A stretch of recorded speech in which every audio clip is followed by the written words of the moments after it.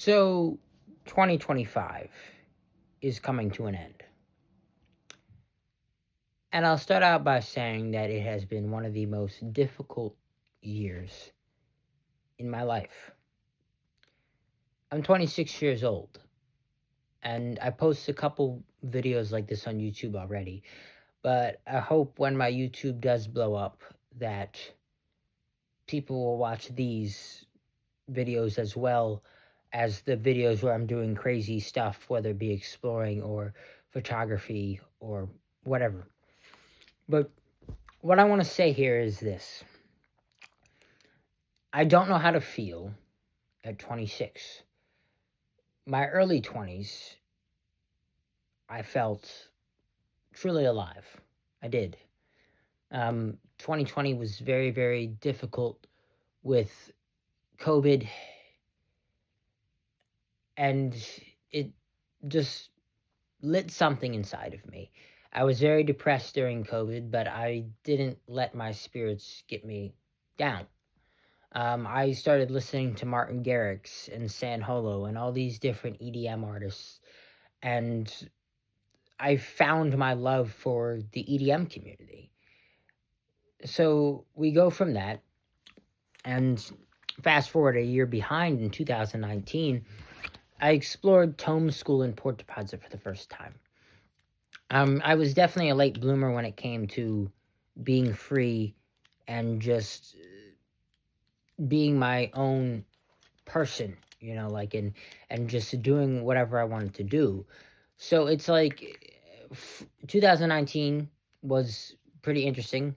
I think Tome School was the first place I explored, like I said, and then I started exploring all these other places, but that didn't really start until 2021. 2020, I started to dabble here and there, Forest Haven, things like that, and most of the places I explored was in 2021.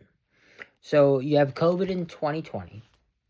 2021, COVID starts to kind of wean down a little bit, and 2022 is obviously the last year for that. So, it's like I progressed. I got better. I discovered who I was as a person. I love raves. I'm a very free-spirited person, and it took me a long time to think that way. I kind of had to stray away from how my parents think, and it took me a long time. I know there's plenty of people in their 20s who probably feel like your parents still control you, and that's not okay. So it's like, I want to say 2022, obviously my first music festival was Project Glow. So you have me exploring abandoned places starting 2019, and then 2022 was my first EDM festival, Project Glow, in DC.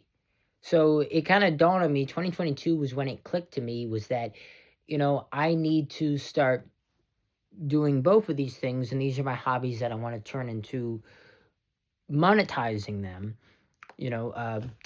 doing photo shoots in abandoned buildings, and then going to raves and trying to be successful being a DJ photographer through raves, and I want to start this organization called Beats and Bandos, where it's like, you explore these abandoned places, doing photography, teach photography, and you also kind of incorporate EDM music into it, whether it be a DJ plays there or I'm just playing electronic music while I'm doing the photo shoot.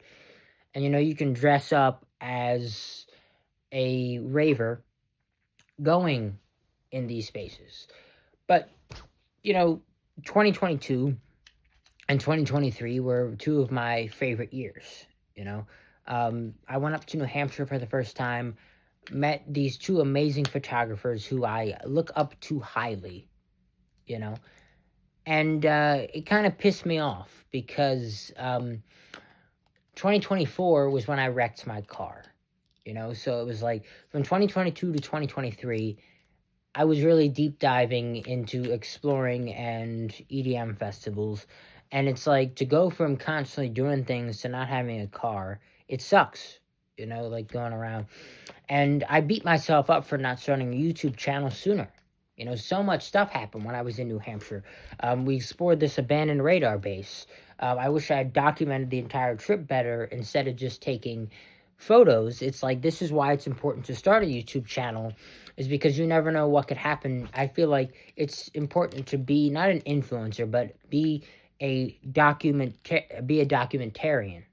I don't know if that's a word, but I'm coming up with documentarian, because people love to watch what other people are doing, and it may be interesting and funny. I saw the moose for the first time, New Hampshire 2023, when I went in New Hampshire in 2023. 2022 was the first time, and I was hoping to do some wildlife the first time. Didn't really see much. Saw a coyote in Massachusetts on the way back from New Hampshire.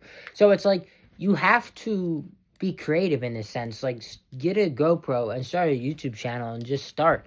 I started way too late, and I do get upset for the fact that, all the things I've done that I don't have documented in a YouTube channel, These abandoned places are starting to really be torn down, and I know that I didn't create enough in some of these spaces, I caught on way too late. I guess maybe I was afraid of getting caught spending too much time in these places. And, I didn't really have the type of people who would be down to just do shoots in these places. Like, I need more people who I can, models that I can shoot in these abandoned places. I want to deep dive into this. And so it does upset me because Good Shepherd School in Baltimore, I explored that in like 2021, I believe. And definitely one of my favorite spots, but unfortunately, it's torn down now. So I got to find new school that I can shoot in, and I'm just trying to get back to who I want to be. I don't really have time for anything but art. I don't want to work a 9-to-5 job for the rest of my life. I want to be able to make money making art, and that's it. So I have to make it as a YouTuber. My goal is to make it as a YouTuber in 2026. Because let's face it, I don't want to work in a warehouse or work at a Kohl's or just I am not contributing to society working in some dead-end job where it's not even going to benefit me at all, just for a paycheck. Because I want to be able to be at the level of Markiplier or, all these other YouTubers, so that I can give back to people who need money.